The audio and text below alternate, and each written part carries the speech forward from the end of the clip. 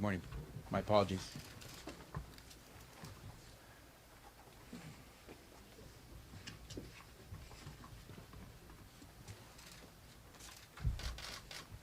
Everybody ready? I'm going to just ask you to indulge me a little bit. Most of the time in the press conference, we try to make sure we reserve enough time for questions. I'm not going to leave if you have questions, but my presentation will last a little longer than most, so bear with me. I want to thank everyone for being here. I principally want to thank Stephon Clark. Mrs. Clark, the mother of Stephon Clark, gave me an opportunity to meet with her earlier today, and I deeply appreciate that in this difficult time, she was able and willing to make some time for me. So if I could thank her, and I wish her mother well. She's recovering. And I thank all the family, the Clark Thompson family, for giving me this opportunity to meet with Sequette and some of the folks who are close to her family. I had a chance to speak briefly to her and to listen to her, and perhaps that's the most important part, is to listen to what she had to say. I know, actually I saw how hard this has been. First the tragedy, then the wait. She and her family have been patient throughout, through the grief, through the anger, through the uncertainty. It's tough. I want to thank Chief Daniel Hahn of the Sacramento Police Department. I want to thank him for his leadership and for his commitment in affording my team the access and cooperation that we needed at the Department of Justice to do our work completely and independently. The California Department of Justice undertook this investigation at the invitation, I repeat, at the invitation of Chief Hahn. And I also want to say that I want to send a thank you to the men and women of the Sacramento Police Department who followed Chief Hahn's lead and were professional and responsive throughout this investigation. And I want to thank a lot of the people who can't be in this room because it's very crowded, and many of them are outside, and those are the members of my team who did all the work of thoroughly and completely investigating this matter, of helping pull together all the relevant evidence and the facts, and then helping us reach our conclusions based on the law as well. Before I recite the facts and the findings of our investigation, the story that played out on March 18th, 2018 must be put in context. For those of us involved in this investigation, in this case, the most critical facts of this story occurred during the course of about 22 minutes. But for many of us who have lived through times when these kinds of stories seemed too common, where the true facts of the story were cloaked from our view, this incident reads like the bitterly familiar passages of a long, complicated, and uninviting book. I responded to Chief Hahn's request to investigate the police shooting of Stephon Clark because we must all be willing to write the next chapters in this story of what we call American justice, especially those who in the past were always relegated to reading but never writing the story. Nearly 1 year ago, Stephon Alonso Clark was tragically killed here in Sacramento. A mother lost her son. 2 young boys lost their father. 2 grandparents lost their grandson in their own backyard. It was a devastating loss for loved ones and for this city. Mr. Clark's family and our community were left grieving and seeking answers. Shortly after the shooting had occurred, Chief Hahn asked the California Department of Justice to consider conducting this particular investigation. After some deliberation, I informed Chief Hahn that my team and I would perform an independent review of this case. We would conduct a separate and independent investigation.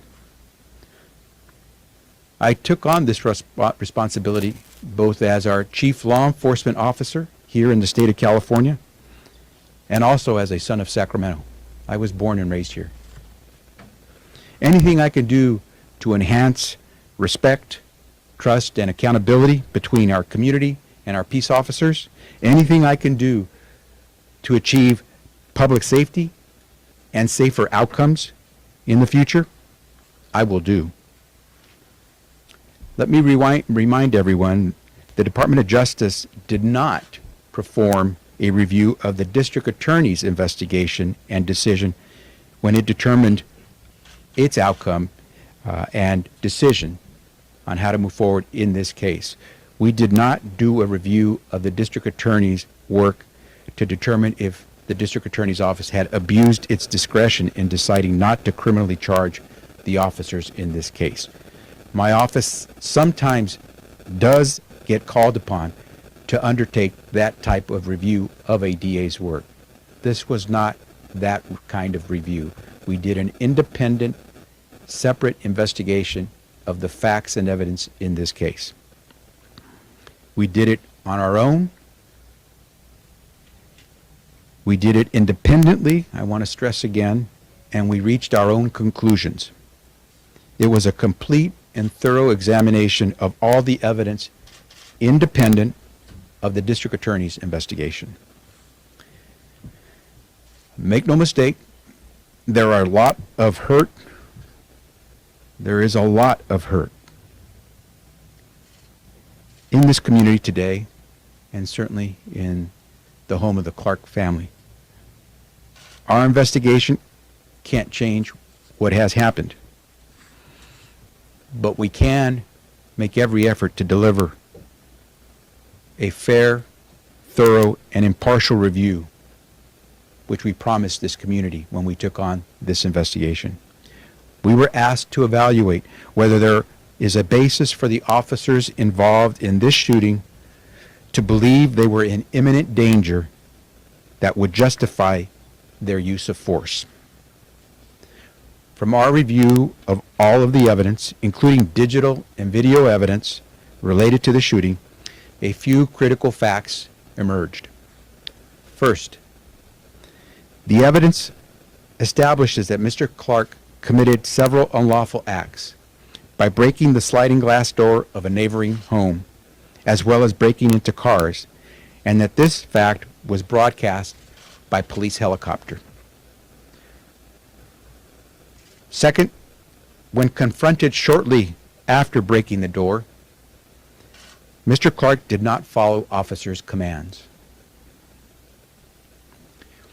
Third, at the time of the shooting, the evidence establishes that Mr. Clark had advanced significantly towards the officers. He was not retreating. Fourth, on the video footage, we saw a bright light near Mr. Clark's person.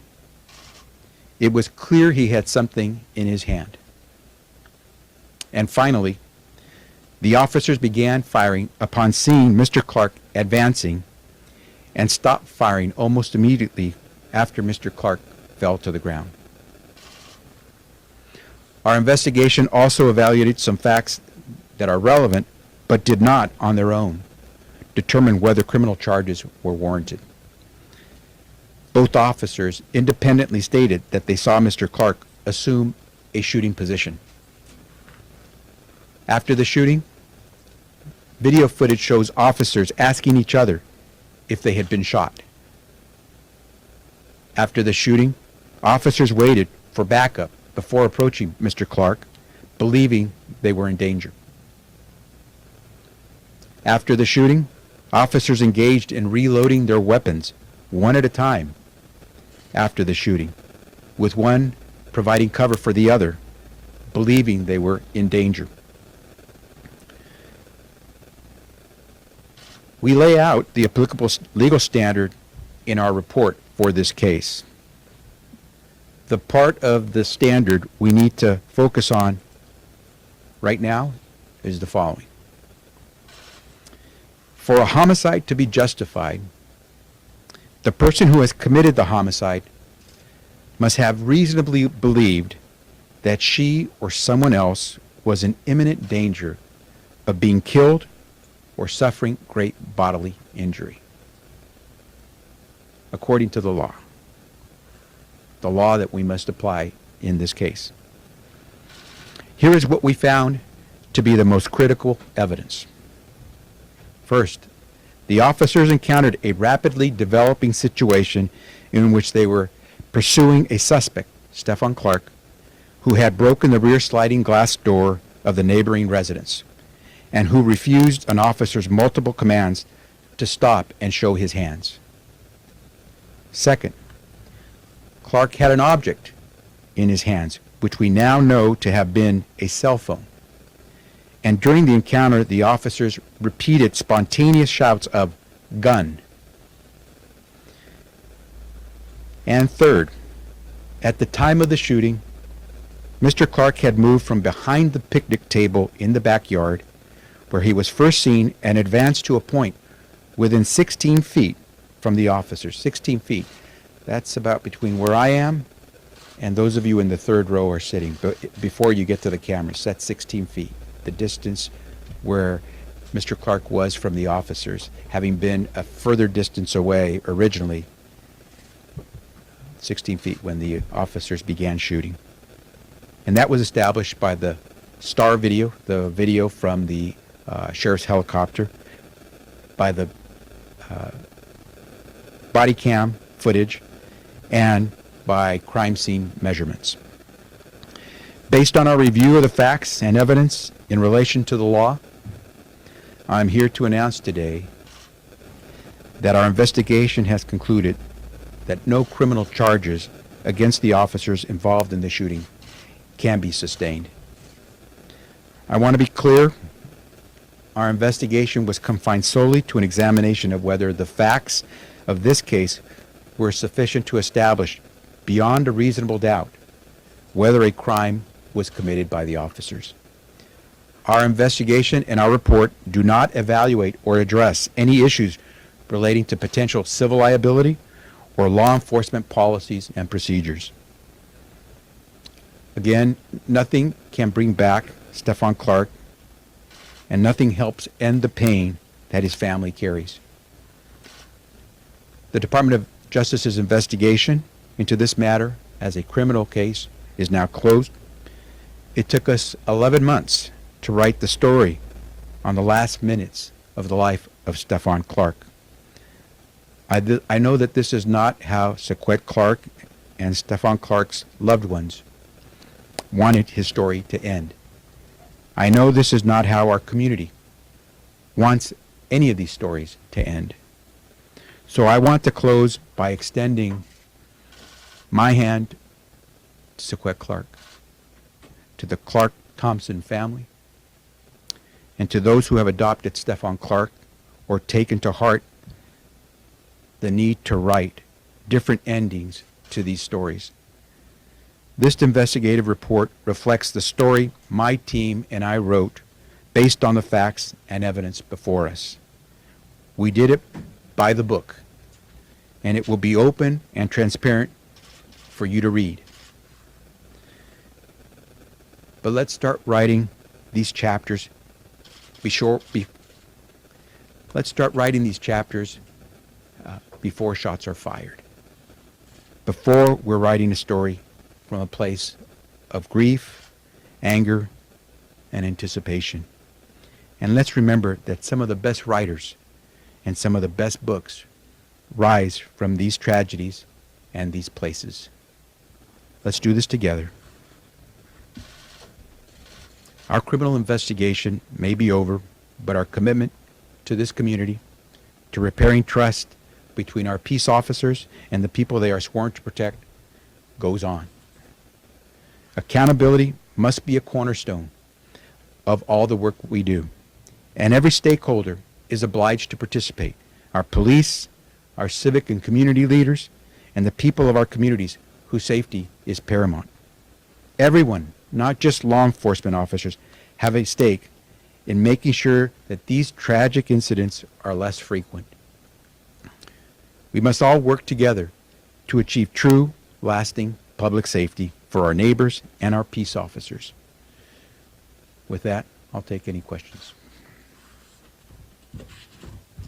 In the report, it's a large report, and then you summarized nicely, but what else is in there that you haven't addressed? I'm not sure. So here you see the work that was done by the Sacramento Police Department, its investigators, by the Department of Justice's investigators, and by the District Attorney's investigators. This is a compilation of the information we received. This here represents mostly some of the work that we did here based on much of what we got. What you don't see here are the mountains of data and information that represents the video footage, the audio sequencing, and other data that would be too voluminous to try to place here. But you can see it was a lot of work. What's missing? Gosh, I think we did everything we could to turn over every stone to figure out what we could about those minutes before Stephon Clark died. Anything about the minutes leading up to and the text messages that the Sacramento County District Attorney? That's all in the report, and that's all relevant. Anytime an incident occurs where someone dies, where you believe there might be criminal activity and there might be criminal conduct involved, you certainly will do everything to look not just at the incident moving forward, but you look at what led up to the incident to see if that can guide you and give you relevant evidence. And so that is in these reports as well. But I think I pointed out the critical evidence and facts that we believe were pertinent to helping us decide whether or not there was a basis to charge the officers. Sir, as you know, I'll get to everybody. Let's as just. you know, the officers never identified themselves as being with Sacramento Police. An attorney might make the argument that Stephon Clark didn't know that these were cops. And the question is? I mean, did that factor in the investigation? We took all those factors into account. We looked at all the evidence that was before us. And as I said, the critical evidence that we relied upon to reach our conclusion, at the end of the day, I tried to summarize. But certainly we took into consideration all those different matters that were raised, including that one. Is this Yes. something that would have led to a different conclusion had the law about use of force been different? That'd be hard for me to respond to because we've been focused on this investigation. I urge you to review the report and all the evidence, and then you can reach a conclusion on your own. Yes. One determining factor that You talked about the next chapters. Do you support changes to how these investigations are handled and/or legislation that is going through the legislature right now? We're right now, as we speak, working towards changes. And I have to tip my hat and thank Chief Hahn for giving me the opportunity, not just to bring my team in to do a criminal investigation, but as you know, he was willing to let me, through the doors of the Sacramento Police Department, to review their policies and practices and provide him and his team of officers with our report on what could be the best practices and where they could focus. And so we produced the first part of that report for him. Some of those items that we point out, he's already adopted, even before the report was issued, and we're going to continue, and we will release that second half of the report. We hope that not just SAC PD, but law enforcement agencies throughout our state and hopefully beyond will take a look at the product of this work because we hope it will reveal what some of the best practices would be and to help us get to the point, as I said, where we're writing much better chapters about our public safety. what was the determining factor that you found that these police officers were an imminent threat? It's not one particular factor. It's as I said, when you see the compilation of the evidence, and I think it's very important. There's a lot of evidence, but there's some evidence that really can't be disputed, and that objective evidence formed the principal basis for us reaching these conclusions about what was confronting the officers, the circumstances they found themselves in. Remember, they were there not on their own. They were there responding to a 911 call. And For then vandalism, though. Is that a felony? they got a call on someone who was committing some acts that were unlawful. However you categorize them, they were there to make sure to keep the peace. And as the scene developed, they started to get further reports, including that the subject had broken the glass of a sliding glass door, and we have no idea what the purpose of that was, but there was an 80 to 90-year-old individual in that home, I believe, by himself. And so the officers are acting on all this information. They spot a subject. They issue commands to raise his hands, to stop. Subject does not heed the commands, and so you can see it develops, and it's all very rapid. And while it took place over a course of 10, 20 minutes, the actual incident where the shooting occurred was a matter of seconds. Okay, so, you're- so let's say two cops are running at you in the dark. You can't see them very well. They have guns drawn and they are ordering you to comply. You're saying legally they don't have to identify themselves as cops, and legally you have to comply? So okay, we can't recreate everything in the incident, but we do know that there was a helicopter overhead that was illuminating the area where the subject, who we now know was Mr. Clark, was in the vicinity and in these yards, where the officers in the helicopter could see Mr. Clark break the sliding glass door.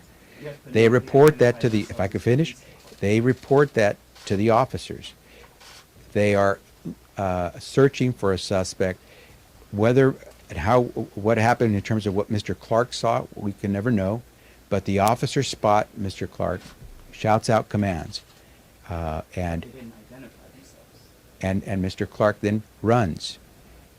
And the facts that we see before us are the officers trying to pursue a subject that's been identified as having been engaged in some activities which are unlawful, and so they pursue him.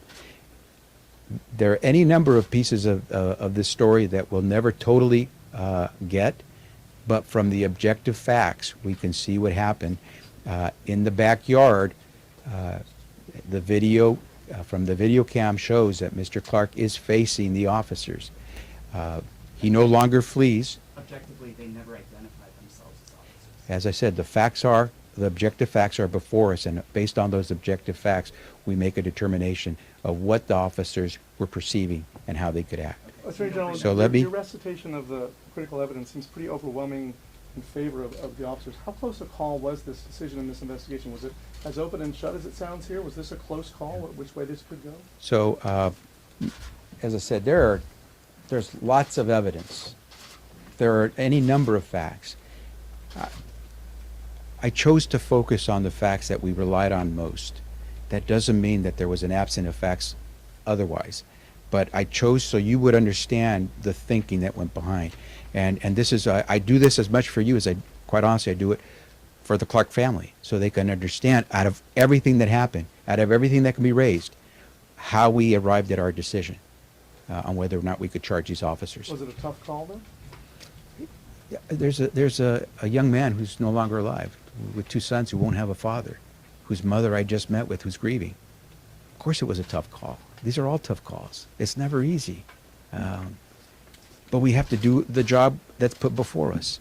Okay, I'm going to make sure I'm going to folks who haven't asked questions so I can make sure I get to everyone's questions. And then we'll go. So, pronto, and yo lo puedo hacer también en español después porque como tenemos tanta gente. Después. Great, thank you very much. Okay, yes. So you said you want to be writing new chapters in this book. So specifically, there's two different pieces of legislation moving in the Capitol right now, with different ideas about how to write the next chapter. Yes. Are you supporting one over the other? I haven't taken a position because, as I said to both the proponents of the two measures and to the authors, I wanted to make sure we finished this investigation But you before. have. And now I have, and now I'll engage. And so I will start to sit down and review with my team and discussing it with others, the two bills, and I don't know if there'll be others, and certainly using everything we've learned over not just this incident, but over the years, we'll try to weigh in. I don't intend to be AWOL when it comes to the discussion of how we write these new chapters. So what is it that you think should change? You said you want a new chapter. Do you want Yeah. a new use of force standard? Do you want a different, more independent investigations? Like, what is it that you want in your next chapters that you alluded to? So I want to make sure I give you everything I can about the work my team and I did and how we came to our conclusions about this case. I am more than willing to discuss the next chapters, but I'm not going to go into a lot of detail now because, as I said, I haven't gone through the bills to the point of making decisions, and I haven't made that final call on how the Department of Justice will move to try to write those new chapters. But we will have those conversations because I think everyone agrees that one shooting, one death more is too many, and so we all have to work together. And so I'll be prepared to discuss those. Right now, I'd like to focus on this criminal investigation and the report that we just issued. Can you imagine supporting a policy that law enforcement does not support on this issue? I will support a policy that works for the people of the state of California, that is based on best practices, that makes it clear that all of us have a role. We all have a responsibility in making sure that our neighborhoods are safe. Public safety is going to be a job that we all have to engage in. Certainly those of us in law enforcement will have principal responsibility, but no one can be able on this one. And so I'll look forward to having those conversations, and I'll make sure my voice is included in those discussions. What kind of Yes. message does your report send to law enforcement? Say again? Can you share any information? That I won't. I mean, if Mrs. Clark wishes to, and those who are present wish to, they can. But she was great to let me chat with her. I respect that she gave me a chance, and I respect that privacy. Do you personally believe use of force standards should change in the state? As I said, I'll have that conversation after this day is over. I'm prepared to engage. I do think it's important that we be prepared to move forward, and I do think that status quo is not going to work. What kind of Yes, When sir. did you come to your decision? Yesterday you said it would be coming very, very soon. Did you know yesterday that it would be today? And when did you come to your decision? We you're checking all the boxes. You're making sure your I's are dotted and your T's are crossed. You want to make sure you didn't miss anything. The Sacramento Police Department handed over essentially their report quite some time ago, and most of the time since, we've been going through all the documents, and our investigators knew most of that stuff because they had been there in its preparation. They'd been seeing it and massaging it as well. Then we're trying to make sure we cover everything else. What's missing? What have we not looked at? And so a lot of the last weeks, months of this, really more than weeks, is did we cover everything? And then going back again. And so we could have issued a report probably a little earlier, but I don't think it would have been complete in our eyes. We could have taken a little longer as well, because you never know what you didn't cover. But what I can tell you is that we felt that we had reached a point where we had covered everything we could, and so we were ready to make that report today. What kind of Yes. message does this report send to law enforcement?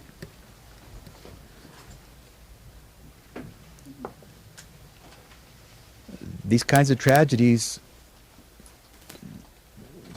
they're tough. I can't imagine either the two officers, Officer Mercadal or Robinette, are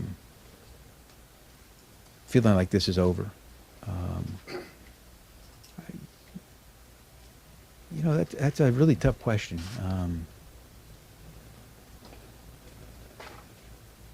There's no win here.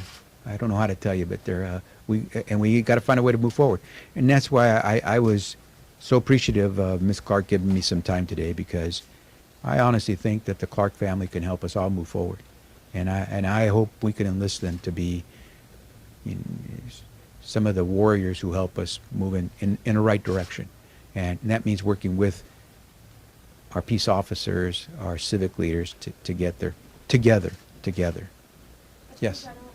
Let me go here, and then I'll go over here. Find criminal activity by the police officers you believe this incident showed good policing? So, I think the facts that I've outlined present to you fairly clearly what we found relevant. Our report will delve into the actions based on the evidence that was secured about the actions of Mr. Clark and of the officers. Read the report. Was there any Yes. discrepancies or concerns? Many people have asked for the resignation of District Attorney Anne Schubert after her release of the findings over the weekend. There are a lot of people grieving in this community now, and I can imagine after today's report, there will be many still out on the streets of Sacramento. What is your message to those people who are going to hear this news today and still hurt?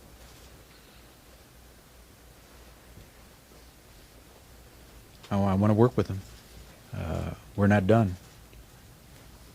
I'd like to spend a whole lot of time with my team doing things that improve practices, that improve community relations, that start to engender the respect, the working relationship, which leads to the trust that we all need to know that we're all working this together. And so I would say to anyone who's out there who has taken this incident to heart, work with us. Let's be constructive. There's a moment here, I think, to try to continue to move forward. Attorney General, you met with the Clark family and Stephon's mom today. Did you meet with the two officers and give them a word of your decision as well? You know, it'd be difficult to meet with the subjects of the investigation. And so I hope at some point I'll have an opportunity to continue to have conversation, not just with Chief Hahn, but some of his personnel. As I said, I think the personnel, the men and women at the Sacramento Police Department, were as professional as you can get when it came to this investigation. What they did to provide us with this information, the work that they did in undertaking the investigation, we found not just professional but pretty thorough. And it's one of those things where you want to be able to give people a product that they can have confidence in. And so I hope that working together to gather the information, but not to reach our conclusions or make our assessments, but to gather the information, that we can see products like this. But as I said, it would probably not have been appropriate for me at any point during this investigation to be sitting and talking with the officers until we had concluded our investigation. Did your team interview them, or Let me go over here. did the SAC PD interviews? Go ahead. Let me go over here. Let me get to everybody first before you start asking follow-ups, okay? Given your earlier recommendations on extensive policy changes at the Sacramento Police Department, does your report take any issue with how the police handled the lead-up to the shooting, understanding that you ultimately found the decision to shoot? And so remember, this investigation was for the sole purpose of determining whether there was a basis to criminally charge the two officers. It wasn't to make assessments about the police department's practices and policies. And so the report did what it was supposed to do. It dealt with that very discrete issue of whether these officers were chargeable. But is what happens in the lead-up to that decision to shoot not part of what you're evaluating? So I suspect there will be a lot of folks who will take this information and do, quite honestly, what I've suggested in the past to the legislature, which is to take the records of incidents, and we've got more than we'd like to talk about that we can look at, and so we can see what they tell us and show us and learn from that, because I think the best practices come out of knowing not just where you succeeded, but where you failed. And so my suspicion is that there will be many who will comb through these reports to try to discern some next moves or best practices. But our job in issuing this report, which until this moment had not been disclosed, was to make a discrete determination. Yes. Do you agree or disagree, in your view, with the DA's decision to publicize some of the intimate details of Mr. Clark's life relationship before So remember, we investigate everything we can. I know the district attorney's office investigates everything they can and must. You have to be able to believe that you've searched for every bit of evidence, because you're going to make a determination that could impact a person's life. And so we looked at everything, including what happened before the shooting, not just what happened at and after the shooting. We've issued our report. I can speak to our report. But appropriate to publicize it in the way she did. She really emphasized it. Yeah, I'm going to talk about what we did. Yeah. Dan? Do you or your investigators believe, what do you think was going through Mr. Clark's mind as this was happening? Oh, Dan, that's... Do you have a conclusion? You can read the report. It would be unfair to me to try to place myself in Mr. Clark's mind. Is there any evidence of suicidal thoughts? You can read the report. Yes. If the toxicology report showed that Mr. Clark was heavily intoxicated, wouldn't it make more, or wouldn't it be more important for the officers to identify themselves? So the report, the toxicology report, the autopsy, they're in plain sight for people to see. They report to what was found in Mr. Clark's blood at the time of the incident. You can read the reports. General. What's on the shooting itself? The department's policy, were there any violations that you found in leading up to the shooting or the actual shooting in the first one? Okay, so let me repeat again, because I'm not trying to evade a question, and I'm not trying to go beyond my scope of what we did. This investigation was very focused. We weren't there to do what I'm doing on the totally removed from the criminal investigation, the work that we're doing with a different team altogether, because you can't have any interaction. A different team altogether that's looking at the Sacramento Police Department's policies and practices. That team is still doing its work, and it has reported in its first portion of the report on some of our findings about the Sacramento Police Department and some recommendations. This report and the purpose of today's announcement is to discuss solely what we had to do to investigate whether there was a basis to charge officers for criminal conduct. We zeroed in just on that. So our investigators do what they're told. They're like bloodhounds. They're not looking for another scent. They're looking for the scent that gives us everything we need to know about that incident so we can make a decision about whether these officers are chargeable. So it'd be tough for me to tell you, based on this report and the investigative work we did, anything about policies and practices, because that wasn't the focus. When I talk to you about the work we're doing on the other side, dealing specifically with policies and practices, then we could discuss that further. And we could discuss now, which I couldn't do before, what the Clark investigative report tells us about those policies and practice moving forward. Okay? Make sure I go to people who haven't asked. Yes. So, you've emphasized that this was an independent investigation, independent of what the DA was doing, but you've reached the same conclusion. I mean, what would you say to members of the public who are skeptical of the independence of this, given that you've reached the same conclusion? Are there differences in your reports that you would point to that demonstrate that independence? I mean, you've talked about how it's important to have an independent report. So, what would you point to?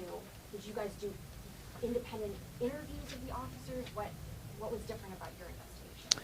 I would first tell everyone to read the reports, because they contain all the information and the basis for our final calls.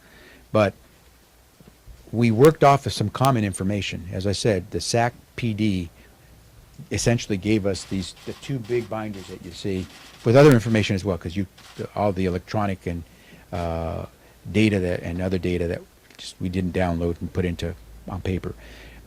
So we had a common set of documents and much of the same information to go by. We're all listening to the same audio and looking at the same video from body cam and from the star video, the helicopter video. So there was a lot of common information there. We, for example, asked an independent coroner to come in to take a look at the autopsy and give us a new set of eyes on the autopsy. But we shared that information as well with the district attorney's office. And so, you know, a fact is a fact. I can't manipulate that fact to be different than someone else's view of that fact. A fact is a fact. That we came to the same conclusion could be because we weighed a lot of the same objective evidence. But again, I'm not going to speak for anyone else's work. I'm going to speak for the work that my team did. Did you interview the officers? Our team worked with Sac PD to make sure that interviews took place of not just the officers, the two officers, but all the officers who were at the scene, the residents who were in the area, including, of course, the resident called 911, and the residents who were living in the vicinity where one of the homes that was entered at first. So all of those folks were interviewed. We tried to interview some of the family members. We tried to get a copy of the autopsy performed by the coroner that the family had contracted with to do the work. Some of that information we were able to get, some we weren't. And so where we could, we did. Is it delineated in the report which interviews you guys did and which ones the police did?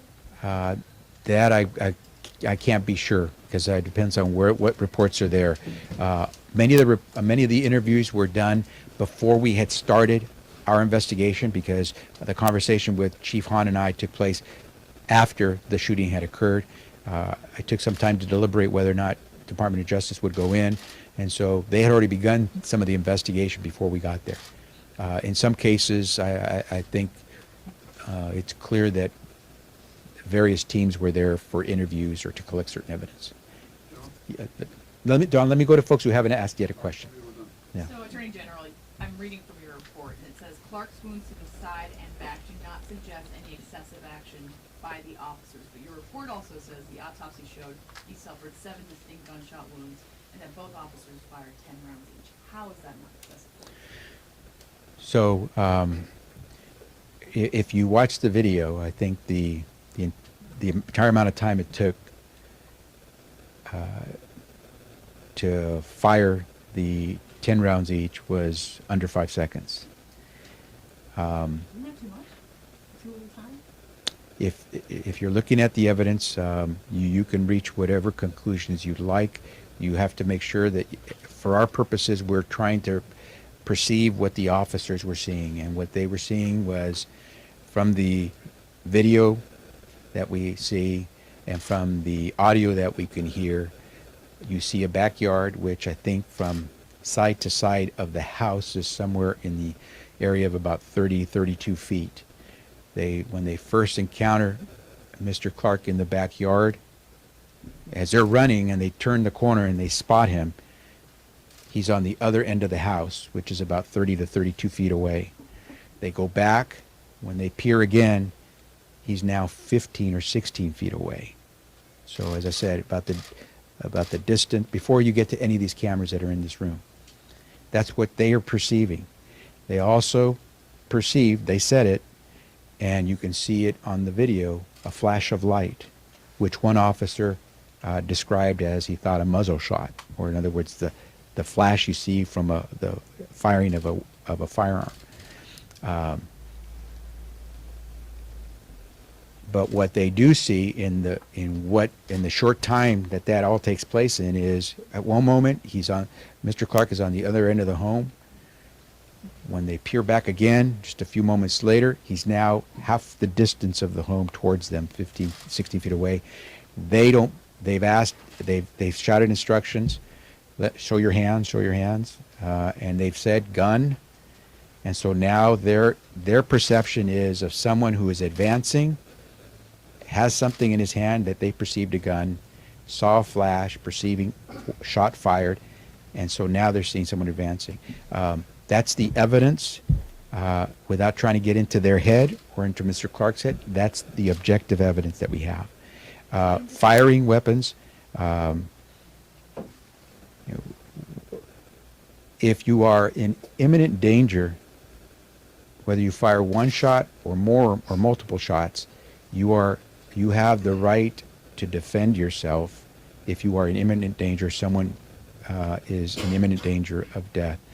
And so we took all those factors into consideration and tried to make an assessment of what happened in this particular case. Attorney General, Yes.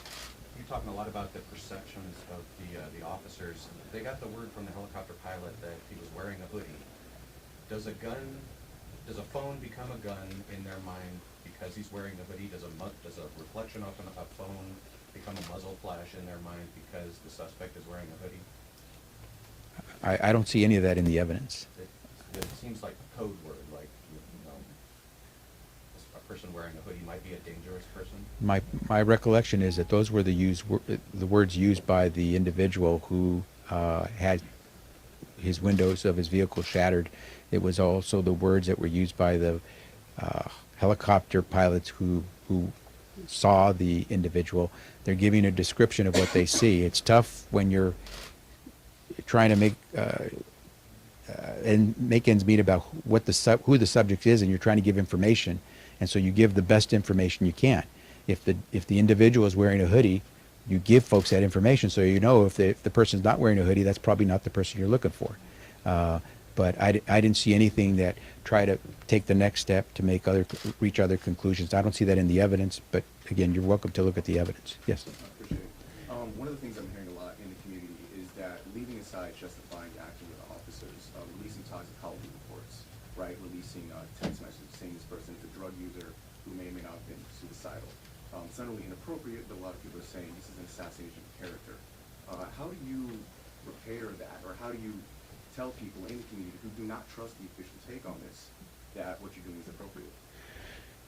So as I said in my presentation, there were some critical facts, I think objective facts, that led to our conclusion.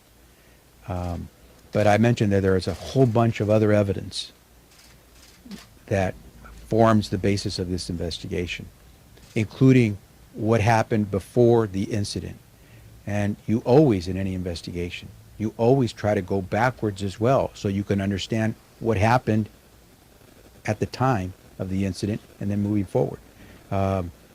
You could take any example you want, whether it's a terrorist act that occurs where people are killed and you now try to find out what was driving that person to commit those terrorist acts, or whether it's just trying to figure out if the breaking into vehicles is just a one-time affair, or if this is something that is being done by this particular subject often. If I could answer the question. Sure. Yeah.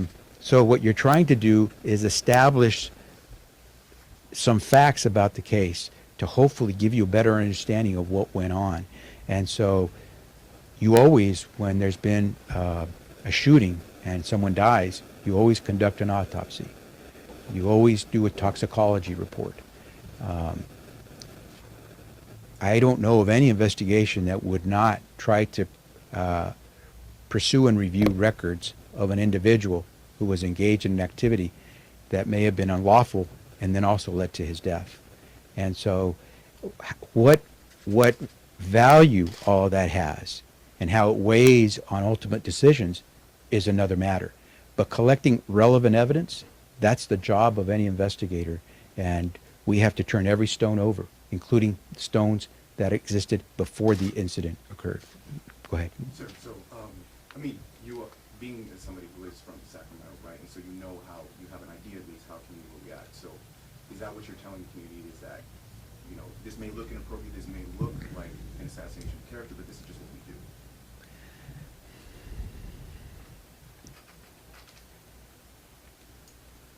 I'm not sure how to respond to that, because if we were to have to engage in an investigation in the future where loved ones die and we only look at the facts of the incident moving forward, but never look back at what the perpetrators were doing before, I think we'd get crucified.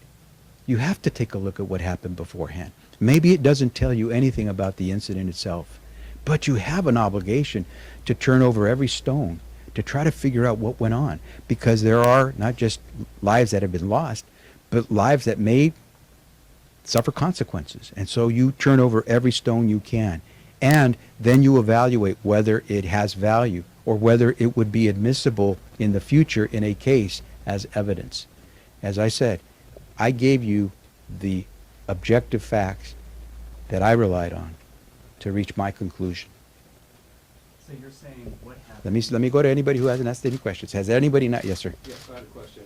So, although you Did you already ask? Did you already ask? I haven't asked a question. Okay, okay. Although you reached the same conclusion as the DA's office, was there any discrepancies along the way in your investigation that you saw between the Attorney General's office and the DA's office? What do you mean by discrepancies? In fact-finding along the way when you were collecting information? I wouldn't be able to tell you because we weren't involved in the DA's investigation. We don't know what they did. They don't know what we did. So when we see the reports, we'll probably have a better sense to, if there's anything they found that we didn't or we found that they didn't. But we weren't, as I said, we were totally independent. So I can't tell you what they did. They can't tell you what we did. Anyone else who has not asked? Yes, sir. Just wanted to clarify one point that she asked that didn't get answered. Did your investigators independently interview the officers and witnesses completely independent of the Sacramento police investigators as like a firewall for independence? Yeah, and I'd want to make sure I'm clear because I reviewed all the information from the reports. I believe the officers were interviewed before the Department of Justice came into the investigation independently. I'd have to confirm that, though. Okay, so that means I have to check to be sure, because we came in about 12 or 13 days after the shooting, and so some investigative work had already been done by SAC PD before we got in. Who has not asked a question? Just touch real quick on that. So no question yet? No. The findings sounded very, very heavily weighted towards the video evidence. Did you find the technology sufficient, and what does it say about what other law enforcement agencies across the state should be doing in terms of those types of investigations? The value of the video is it's not my interpretation of what was happening. You'll look at it, I'll look at it, and you can see certain things that are clear. It's clear that you see the officers huddled behind one corner of the house in the back. And depending on which video, body cam or from the surveillance helicopter, you see that Mr. Clark has run to the other end of the backyard. You can't see him at some moments because there's a cover, a patio cover. But from the body cam, around that same moment in time when the officers round that corner very quickly and then quickly duck back, they see Mr. Clark facing them from that distance of, as I said, 30 to 32 feet, and the report outlines the distance. And then with the video, you then see within moments that Mr. Clark is now halfway to them, only about 16 feet away. I should also mention from the video you can see, and from the crime scene photos you can see later on, you can see that on the other side of the house, there's a clear opening from the backyard to leave the house, to leave that property. From just the way there's a side way to enter the backyard, there's a side way to enter, exit. So Mr. Clark is on the other side of the house. You see from the aerial video that he enters the backyard and runs towards where the patio covering is, underneath the patio covering, and where with the body cam footage you can see that there's a picnic table underneath that canopy, and you can see from the body cam footage that Mr. Clark is standing behind the picnic table at that moment. And so the video evidence is, as I said, critical, because it's not my saying what happened, it's not your saying what happened, or the officer saying what happened. It's the video showing us what's happening. Could it be better? Absolutely could be better. I mean, you're talking about infrared images, so you can make out images. You can't, for example, see everything you'd like to see because it's just not as clear. The body cam footage is critical as well, but it doesn't tell us everything. You see a flash, which is critical because of the perceptions of the officers, but you can't tell what that is. And if you've ever been in a place where a firearm has been fired and where activity is occurring rapidly, You know, you don't know if that's a flash from a weapon or what. And so all those things are part of what you take into consideration. But video and audio helps avoid the he said, she said, and to the degree that it's discernible. And that's the value of it. And that's where you see where body cameras will have played a very important role in this investigation. Okay, so let's go back to, and do me a favor, let's try to narrow this down now. So I'll go back, Don, and then we'll sweep around. Yeah, just want to clarify your comment on this, and then also have another question. So are you saying basically could have continued fleeing as opposed to coming back toward the officers? And then my original question, there's been suggestions that the Department of Justice do officer-involved shooting investigations from the jump as opposed to doing for every officer-involved shooting. I know you've addressed that before, but in light of this, what's your take on that? Okay. So let me, on the fleeing part, I've tried every way I could to make sure I'm not trying to put myself in the head of any of the principals who were at the scene, because that's not my job to do. I needed to take a look at the evidence that I could present to you and others, that I could present to Mrs. Clark.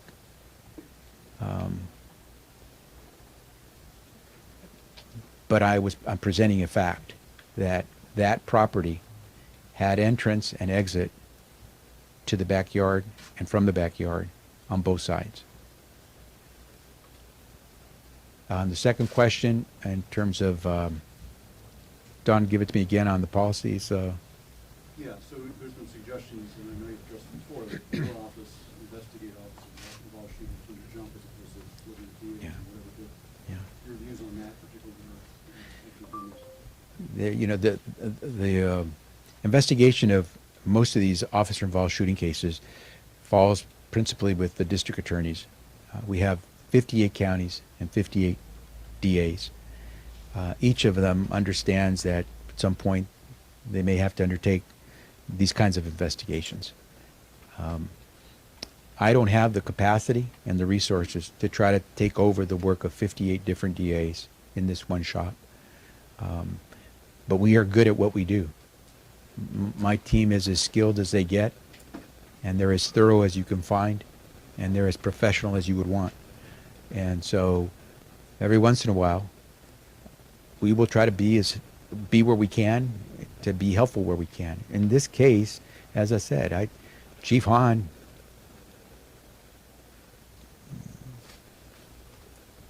I don't know too many police chiefs who do what Chief Hahn did and say, come investigate this, please. It's hard to say no when a guy is out there telling you, I want you to give us an independent, separate perspective. That's a pretty courageous thing. And so it would have been tough for me to say no. We're right now involved in overseeing San Francisco Police Department's police reforms as an independent body overseeing that.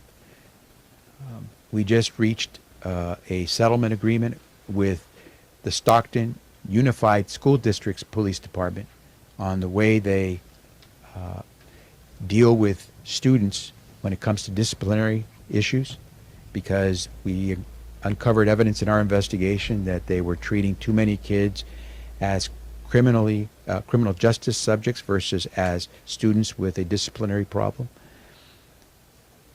We are in the midst of other investigations of other agencies as we speak, and I have, at the request, based on other requests, reviewed some other incidents of officer-involved shootings.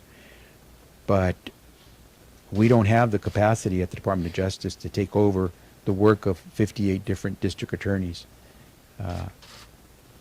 But I hope once you have a chance to look at this report, you'll agree that when we do a good job. Yes, sir. Based on your career as a prosecutor and reading the texts that were in evidence before the shooting, what was your opinion of the veracity of the March 16th domestic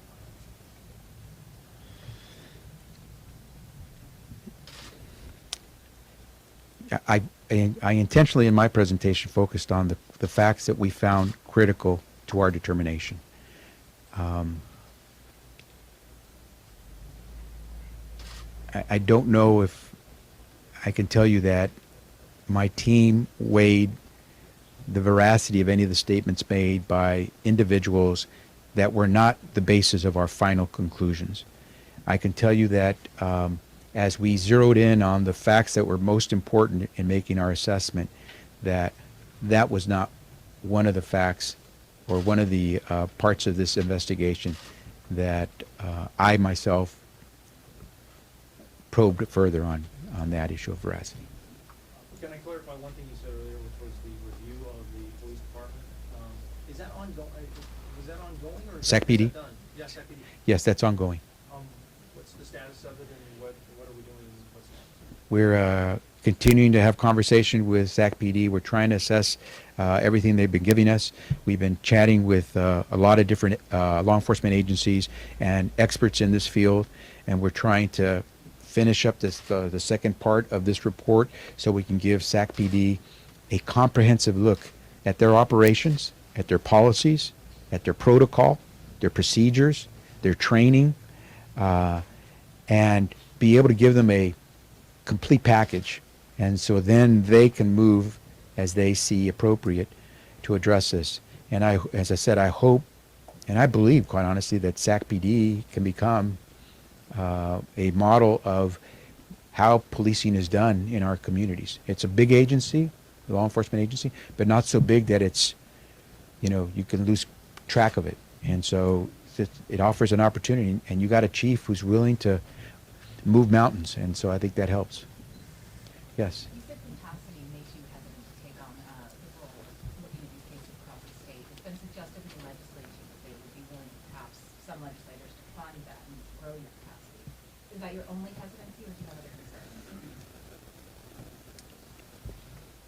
I feel like Mikey in that, oh, you're too young to know that commercial. Give it to Mikey. Give it to Mikey. Look,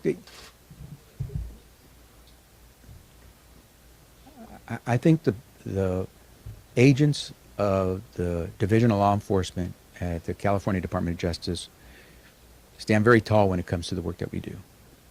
And I think you looking at this report, you'll see what I mean.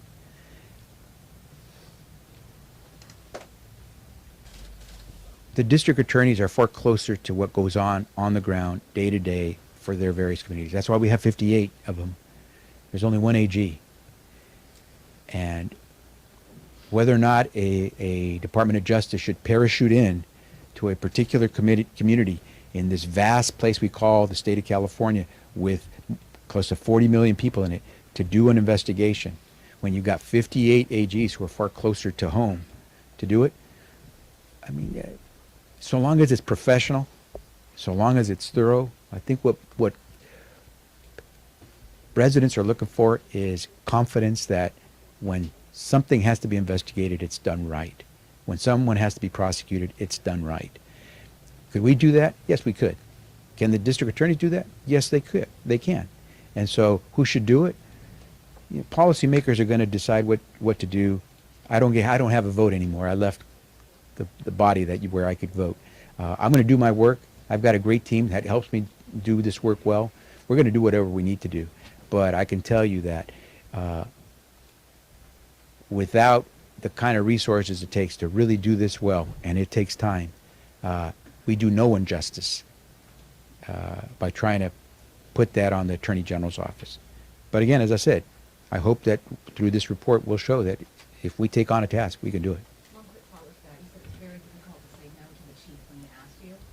What will be your criteria when other people ask you? When other chiefs or other community members ask you to investigate a shooting, how will you decide? The gravity of the situation, the transparency and openness of the invitation or request, the sincerity and behind the reason for the request, and the commitment, demonstrated commitment from the past that it's not just to sort of shove it off to somebody else, or it's not just because the pressure is getting too hard or it's getting too hot in the kitchen, but it's for the right reasons.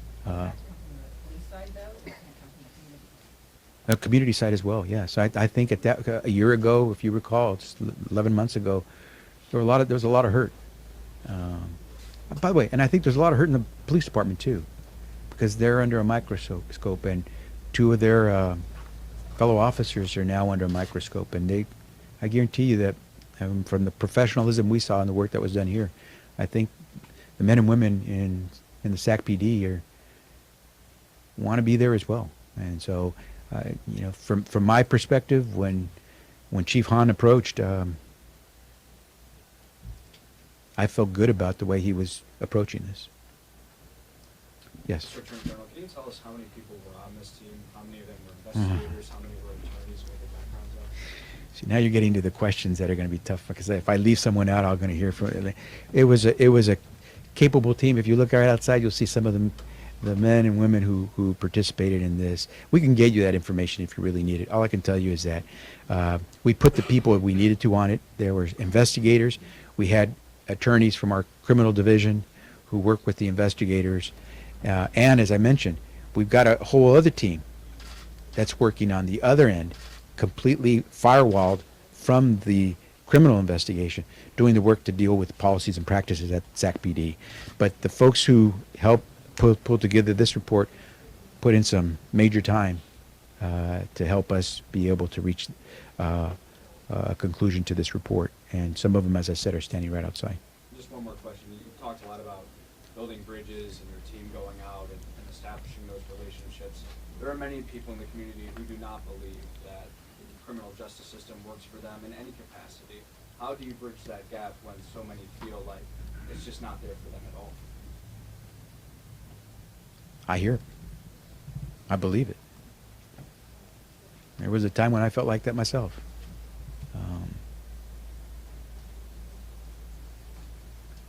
We got to just prove ourselves. Let's put it this way. 20 years ago, a Daniel Hahn would not have been asking a Xavier Becerra as police chief and as attorney general to look into this matter. Times are changing. We all got to get on this train. I mean, it's a lot easier to work with folks if you're ready to work with us, and help the train move than just be on the outside, because that train's going to run. We need to continue to be that forward-leaning state that comes up with criminal justice reform that everyone can believe in. But you can't just complain about it. You got to be ready to work for it. And there are a whole bunch more people today, sort of on the inside, the establishment, who thought they'd always be on the outside. And take advantage. We don't get to stay here forever. And I've said it from the very beginning, when I became AG. There's going to be change. And I hope to be at the front of a lot of that change. And so let's work. We got stuff that we can do together. And I guarantee you, the Clark family would love nothing more than to know that we're working together to try to bring some change, so that Stephon Clark can be remembered for helping bring about some good change. Anything else? More if I may. So the DA, on the relevance of the 48 hours prior, suggested that Mr. Clark was impaired and suggested the jury might consider there was some sort of suicide that time. Can you discuss the relevance and that view? I'll discuss it by pointing out why all evidence is relevant. Because as you're assembling your case, you're trying to do as much as you can to provide answers to questions where sometimes you don't have the facts screaming right at you. And so that's why you have to turn over every stone, including stones that existed before the incident occurred. What's the value? And, quite honestly, what's the admissibility? That's an open question on some of these things. Some of these things will be admissible in any court. Some wouldn't. Some will be considered very valuable. Others wouldn't. But you have to at least present, through the investigation, all of the work that you've done, so that those who are charged with the awesome responsibility to prosecute a case know exactly what all the evidence is. Then from there you figure out. You end up with a mountain of evidence, or at least a mountain of information, that then becomes a pile of evidence that then becomes a set of critical facts that then get presented in a court of law. You're never going to present the entire mountain of information. But these investigators have to do everything they can to collect a mountain of information. Yeah. Was there any strategy about your timing on the release of the report? Was you waiting for DA Schubert to go first? And was there anything about the protest going on now that you decided to release your report at this moment? No, I mean, as I said, you try to feel like you're ready, and I probably I can sometimes be a little too specific. I like to, I do too much editing, for example, sometimes on my statements and so forth. I can be meticulous sometimes. And so I made sure that the team gave me the sense that we were ready. As I said, we could have made a decision to go a little earlier or a little later. It just depends on when you think you're ready. We were approaching that sweet spot, and I think what we have are all the elements of a report that we feel confident about. You know, there were a few things that we said, by the way, did we do this? Let's go back. And we did it. There were a few occasions when we did that. But we were, as I mentioned before, both the DA and our office, we were working with pretty much the same set of information that we got pretty much at the same time. And so I think their team is probably as capable as our team. And so I'm not surprised that they're reaching conclusions more or less around the same time we are. We were sharing whatever valuable objective information either SACPD, DA, or us developed. So, for example, when we went out and asked for that extra autopsy exam report, for the coroner that we asked to come in, we hired, but we shared that with SACPD and with the DA. And so they might not have been expecting that, but when we gave it to them, they probably then did their due diligence to take a close look at what it said. And so working with pretty much the same information, you know, you can only do so much with the pile of data you're getting. In terms of when, I mean, it's never a perfect moment. Was there any discussion about not waiting too long after the DA so as not to flare up reaction again or anything like that? We're mostly just making sure that we were ready. I mean, some people probably say, hey, if it's raining, you shouldn't be doing some kind of report when it's raining, or I don't know. I wanted to make sure I had an opportunity to meet with Mrs. Clark and the Clark family before I made it public. That's about it. Anything else? You all been gracious to wait so long. Thank you very much. Yes. Right here? Yes. You're taking a lot of people right now for 1421.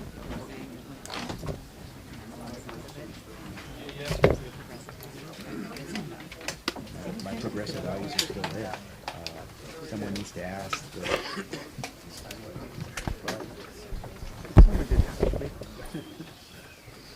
Not to shove button on the bottom.